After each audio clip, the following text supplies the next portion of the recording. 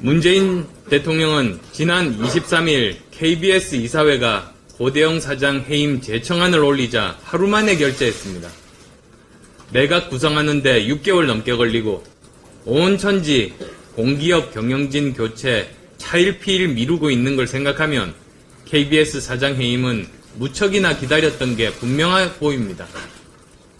하지만 정부 여당이 자기들 입으로 개혁 중에 개혁이라고 외치던 한국방송공사법 등 방송법 개정안은 외면한 채 기존 KBS 이사회를 통해 사장 해임을 단행한 것은 지극히 유감입니다. 여권 편향 방송들이 차고 넘치는데 또 하나의 공영방송 경영진을 자기 사람으로 심겠다고 나선 겁니다. 최우선 개혁 과제라며 대선 때도 여러 번 약속했던 방송 관련법은 집권과 동시에 쓰레기통에 보내고 노조가 요구한다는 이유로 KBS 사장을 해임한다면 이것은 공영방송을 대선의 최대 전리품으로 여기고 있다는 증거일 것입니다. 지난 2008년 이명박 정권이 KBS 사장을 해임하자 현 여당이 헌법무시 쿠데타라고 비난했던 사실을 기억은 하는지 모르겠습니다. 방송법 개정안은 사실상 폐기 처분하고 새로운 방송 적폐를 만들어가고 있는 정부 여당의 내로남불은 모자나 국민의 심판을 받게 될 것입니다.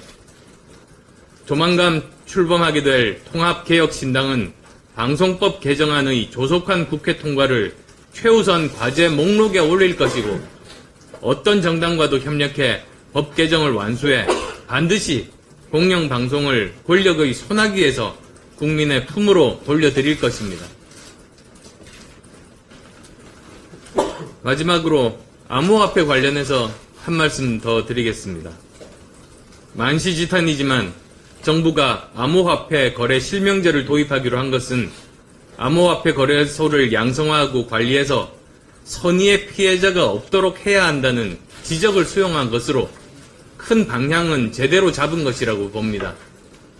하지만 정부가 규제 입장은 변함없으면서 겉으로만 자유를 내세운 채 은행에게 관리 의무 등 규제를 떠밀다시피 하면서 은행들은 신규 계좌 개설에 선뜻 나서지 못하고 있는 상황입니다. 특히 암호화폐 거래소 이용 중에 발생하는 오류와 투자자 피해 등에 대해서는 아무런 대책도 내놓지 못하고 있습니다.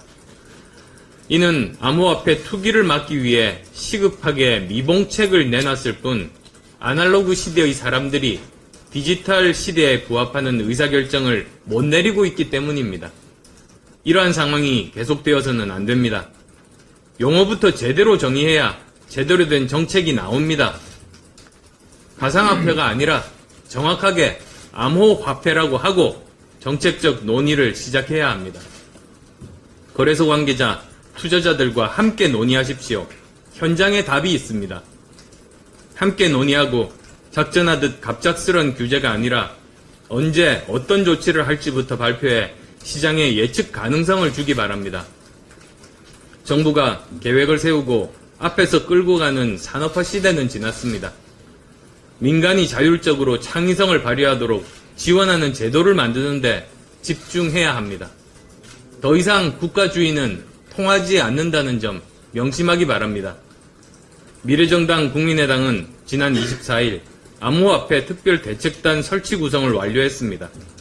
특별대책단을 통해 정부의 암호화폐 대책을 철저히 점검해 나가면서 4차 산업혁명 시대에 맞는 대안 마련에 나서겠습니다.